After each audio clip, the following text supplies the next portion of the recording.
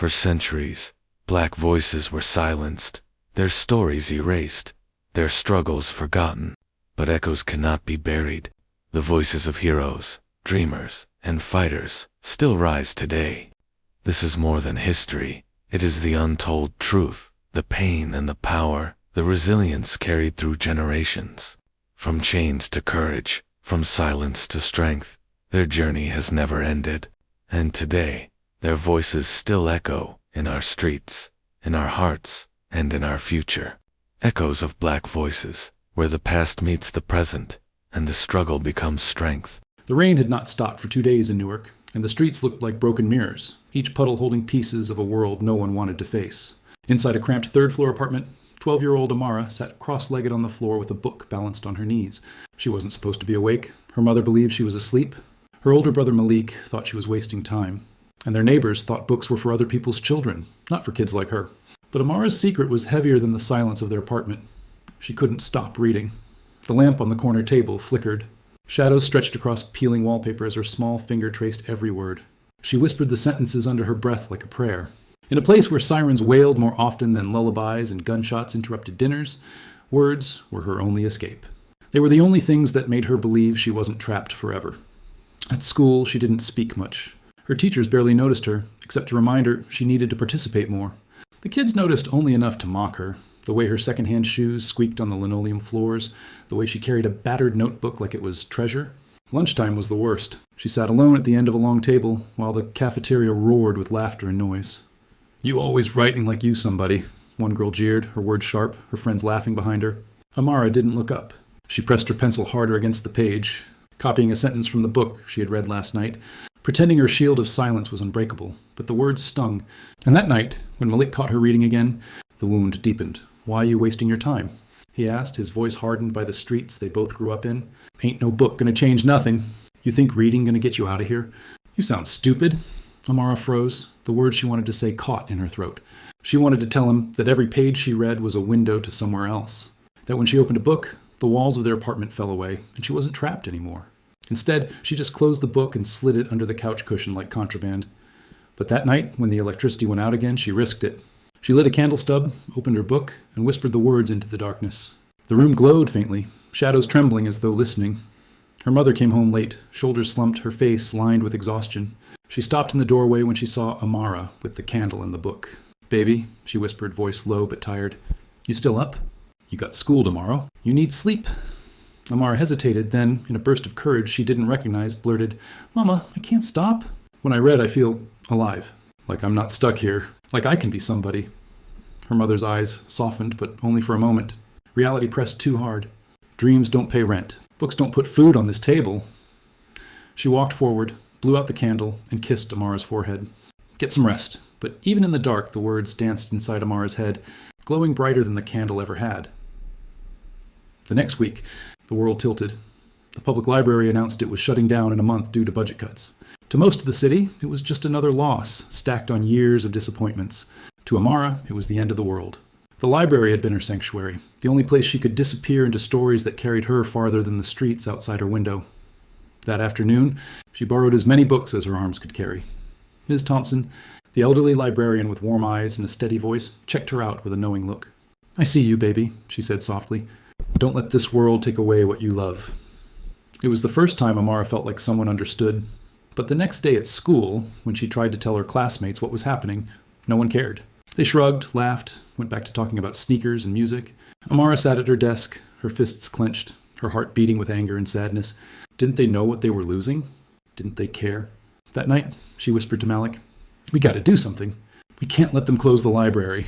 He laughed, shaking his head. "You think they care what you think? You think anybody's gonna listen to some kid? Girl, you better wake up." But she didn't want to wake up. She wanted to fight. The next day at school, her chance came. Her class had 10 minutes at the end of the period for free time. Most kids pulled out their phones. Amara stood up, clutching her notebook. Her knees trembled, but she forced herself to speak. "They're closing the library," she said, her voice small but steady. The room went quiet for a second, surprised at her sudden boldness. That library is the only place where kids like us can dream about something bigger. If it closes, we don't just lose books. We lose hope. Some kids laughed. Others smirked. But Mr. Alvarez, her English teacher, didn't laugh. He leaned forward, his face serious. After class, he stopped her in the hallway. "You meant what you said, didn't you?" he asked. Amara nodded, gripping her notebook tighter. "Then maybe," he said quietly, "it's time you make them listen." The words sparked something in her. That Saturday, Amara stood outside the library with a cardboard sign she had painted with crooked letters. "Save our stories." Her hands shook as she held it. People passed by without looking, or they shook their heads as if she were just another kid playing pretend. She wanted to run. She wanted to hide. But then the library door opened, and Ms. Thompson stepped out, holding her own sign, "Knowledge is power." She stood beside Amara, silent but strong. Minutes later, Mr. Alvarez appeared with another sign and a cup of coffee for Amara. And then, slowly, something impossible began to happen. A classmate stopped, hesitated, and finally joined her. Then another. By evening, 10 people were standing in front of the library. The next week, 50. And then the cameras came. Reporters asking questions. Microphones shoved in her face. Amara wanted to shrink away, but she forced herself to lift her chin. "Why are you here?" a journalist asked. Her voice shook at first, but the words came anyway. "Because every child deserves a chance to read. And if they close the library, they take that chance away." Her words echoed on the evening news. That night, the neighborhood didn't see her as the quiet girl with hand-me-down shoes. They saw her as the girl who dared to read and dared to fight. The news clip replayed on televisions across Newark that evening. Some people muted it, uninterested. Others shook their heads, murmuring about how nothing ever changed in this city. But in one small apartment, Malik stared at the screen with his arms crossed while Amara sat beside him, her heart racing as her own voice echoed from the speakers. "You sound crazy," Malik muttered, but there was no bite in his tone this time. His eyes flicked toward her, and though he tried to hide it, there was something else there, something like pride, or maybe fear. Their mother came in from work, still in her scrubs, and stopped when she saw the screen. For a moment she said nothing, just stood there with her bag hanging from her shoulder. Then she sighed, shook her head, and whispered, "Baby girl, what are you getting yourself into?" Amara lowered her eyes. She didn't have an answer, not one her mother would believe. All she knew was that once she had spoken, once she had stood outside with that sign, there was no going back. The following week, the protests grew. More students came. Parents joined. Teachers arrived after hours to stand with them. The library steps became a gathering place, filled with voices that had once been silent. Amara found herself at the center of it. Reporters kept asking for her. She had never been the loudest in class, never the one to raise her hand, but now microphones followed her everywhere. What do you say to people who think this is a waste of time? When asked, she gripped her notebook, her palms sweating. "I say that reading saved me," she answered, her voice trembling but clear. "And maybe it can save someone else too." The word spread. A local newspaper published her picture on the front page. A small girl holding a crooked sign, eyes fierce beneath the headline, "The Girl Who Dared to Read." For the first time in her life, Amara felt like she mattered, but with attention came resistance. One afternoon, as she walked home from school, a group of older boys from the neighborhood cornered her. Their faces were familiar. Kids Malik sometimes hung around. One stepped forward, sneering. "You think you're better than us, little book girl? Think anybody care about your library?" Amara froze. Her hands trembled, her throat closed. She wanted to run, but her legs wouldn't move. The boy shoved her shoulder, sending her stumbling back. "Ain't no book gonna change nothing here." Before it could go further, Malik appeared, his fists clenched, his voice sharp. "Back off." The boys hesitated, muttered curses, and finally walked away. Malik turned to Amara, his jaw tight. "You gotta be careful," he said. "People don't like it when somebody stands out." Amara nodded, but inside the fire burned hotter. If people were angry, it meant they were paying attention. The protests continued. Local officials began to take notice. Council members visited the library steps, shaking hands, making promises Amara didn't trust. They spoke about funding, about possibilities, about looking into it. She stood there, her sign pressed against her chest, and wondered if they were only pretending to listen because cameras were watching. One evening, after the crowd had thinned, Ms. Thompson pulled Amara aside. "You're brave," she said, her voice low, "but bravery can be heavy. Don't carry it all alone." Amara blinked back tears. For weeks, she had felt the weight pressing down, homework piling up, classmates whispering, her mother worrying, Malik watching. But she nodded anyway. She couldn't stop now. The breaking point came during a school assembly. The principal, stiff in his suit, announced that while the protests were admirable, students needed to focus on their studies instead of causing disruption. The words stung, especially when some students clapped, eager to move on. But then Mr. Alvarez stood. "With respect," he said, his voice firm, "what Amara and these kids are doing is the most important lesson they'll ever learn." Gasps rippled through the gym. Teachers rarely challenged the principal. Amara sat frozen, her heart pounding as everyone turned to look at her. That night, she lay awake in bed, staring at the cracked ceiling. Doubt crept in. What if Malik was right? What if her mother was right? What if all of this was just noise and the library closed anyway? She closed her eyes, whispering the words from her notebook like a spell. If we don't fight for stories, who will? The next day, she returned to the library steps. By now, the crowd was larger than ever. Signs waved. Voices chanted. News crews recorded every moment. Amara stood in the middle, clutching her notebook. When the chants quieted, she opened it and began to read. Her words weren't fancy. They weren't polished. But they were hers. She read about how books had carried her away when the noise of the city grew too loud. She read about how the library had been her safe place when the streets felt dangerous. She read about how words made her believe she was worth something, even when the world told her she wasn't. People listened. Not everyone understood, but they listened. And for a girl who had once been invisible, that was everything. Weeks passed. The city dragged its feet, making promises, delaying decisions. The protests grew restless. Some nights, Amara cried into her pillow, overwhelmed. But every morning, she got up, packed her notebook, and went back to the steps. One afternoon, a woman from a national newspaper arrived. She knelt beside Amara, smiling gently. You're making people across the country pay attention, she said. Do you know how rare that is? Amara didn't know. All she knew was that her voice had somehow reached farther than she ever imagined. But the fight wasn't over. The library was still on the chopping block, and the city was about to make its decision. Winter crept into Newark with biting winds that rattled broken windows and sent neighbors hurrying down cracked sidewalks. The protests hadn't stopped, but the chill made standing outside the library harder. Amara's fingers went numb holding her sign. Her cheeks burned red from the cold. But still she stood, wrapped in her brother's oversized hoodie, her notebook tucked under her arm. The crowds had grown, then thinned, then grown again. At first, people came out of curiosity. Then came the news cameras. After that, politicians with their forced smiles and empty promises. But weeks later, when the cameras moved on and the politicians disappeared, only the stubborn remained. And Amara was among them. Each day she worried more. Each day, the library's closing drew nearer. Inside, the shelves seemed quieter than before, the air heavy with finality. Ms. Thompson tried to be strong, but Amara caught her once, wiping her eyes behind the front desk. I don't know what I'll do without this place, the librarian whispered. I've given 40 years of my life to these shelves. Amara reached across the counter, placing her small hand over the woman's. We won't let it close, she said, but even as the words left her lips, doubt gnawed at her. At home, the pressure mounted. Her mother worried constantly, warning her to stay focused on school. Baby, they don't listen to girls like us, she said one night at the kitchen table. And if you keep missing homework, you'll fall behind. You're too smart for that, Amara wanted to argue, but the exhaustion in her mother's eyes stopped her. She just nodded, even though her chest ached with the weight of both schoolwork and protests. Malik was quieter these days. He didn't mock her anymore, didn't tell her to stop. Sometimes she caught him watching her, and once, when he thought she wasn't looking, he slipped her gloves before she left for the protest. She didn't say anything, but her heart swelled. The day of the city's vote arrived like a storm. The council chambers were crowded, packed with reporters, parents, and children clutching signs. Amara sat in the second row between Ms. Thompson and Mr. Alvarez, her notebook balanced on her knees. Her palms were sweaty, her chest tight. She'd been asked to speak. When her name was called, she stood on shaking legs. The microphone looked too big for her, the room too loud, the stairs too heavy. For a moment, her throat closed and she thought she might faint. Then she opened her notebook. My name is Amara, she began, her voice barely above a whisper. I'm 12 years old, and this library saved my life. The room quieted. She told them about nights when the city's noise kept her awake and how books had given her peace. She told them about days when she felt invisible and how words made her feel seen. She told them that the library wasn't just a building, it was a bridge. And if you close it, she finished, you're not just closing doors, you're closing futures. By the time she finished, her voice cracked. Tears blurred her eyes. She clutched the notebook to her chest, terrified she had said too much, or not enough.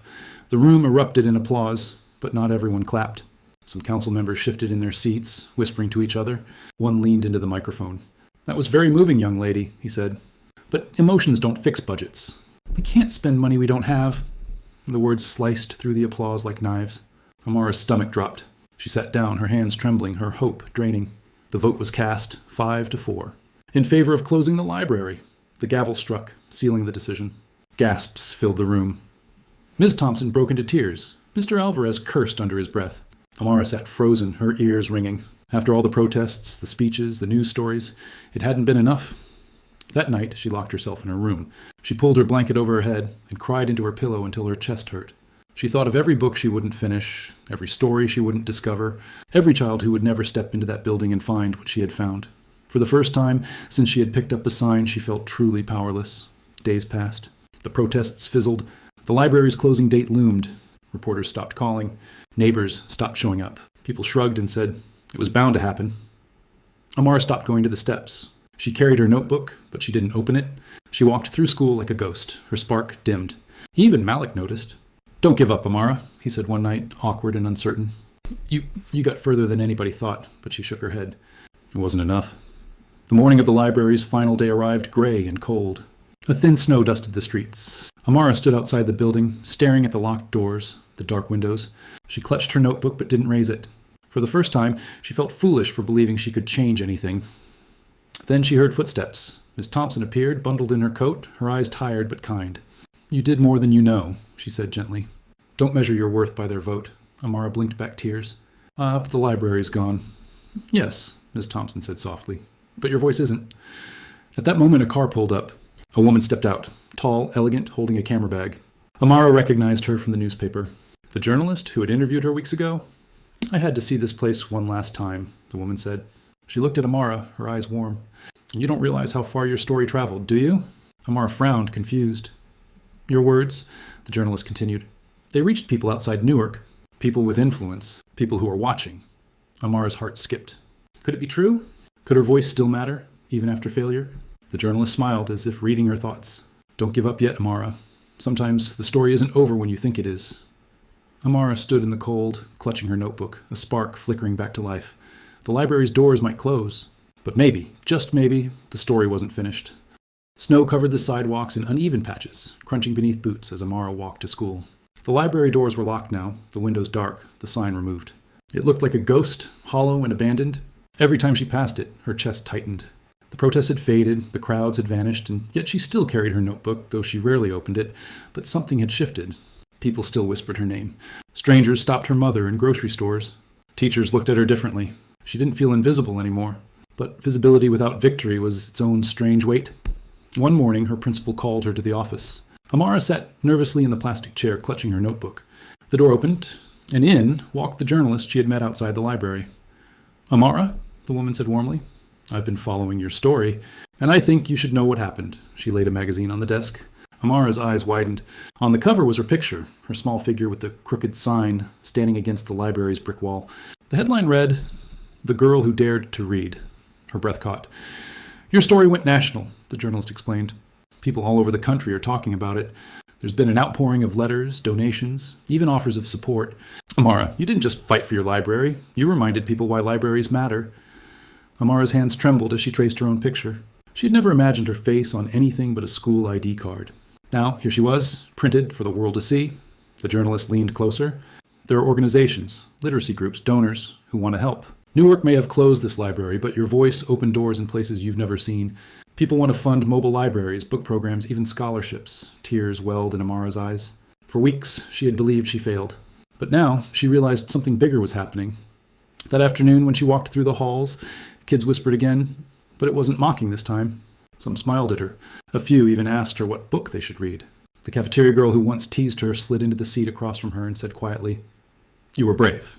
I wish I was like that. Amara blinked, stunned, then smiled.